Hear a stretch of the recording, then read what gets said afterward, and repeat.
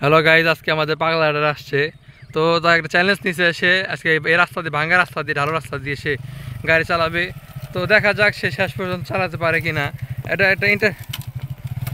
কঠিন একটা নিচে সে, কিন্তু সে তো ও সে তো হুন্ডার ফেলে দিছি।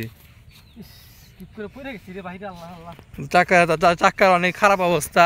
তো দেখেন, আপনারা দেখতে পাচ্ছেন যে এরকম ভালো জায়গার মধ্যে সে গাড়িটা নিয়ে পড়ে গেছে এবং দেখা গেছে যে পুরো জিনিসটাই ঘাস। ভাই ব্যথা পাইছেন নাকি আপনি? হালকা লাগছে ভাই, জেনে ব্রেক মারছিলাম সামনে চাকা, তারপর বাগ দিতে বাসে লাগে না, বাসে লাগবে। বাসে লাগলে তো পুরো মনে করেন যে তার হেলমেটের লাইটটা ভেঙে গেছে।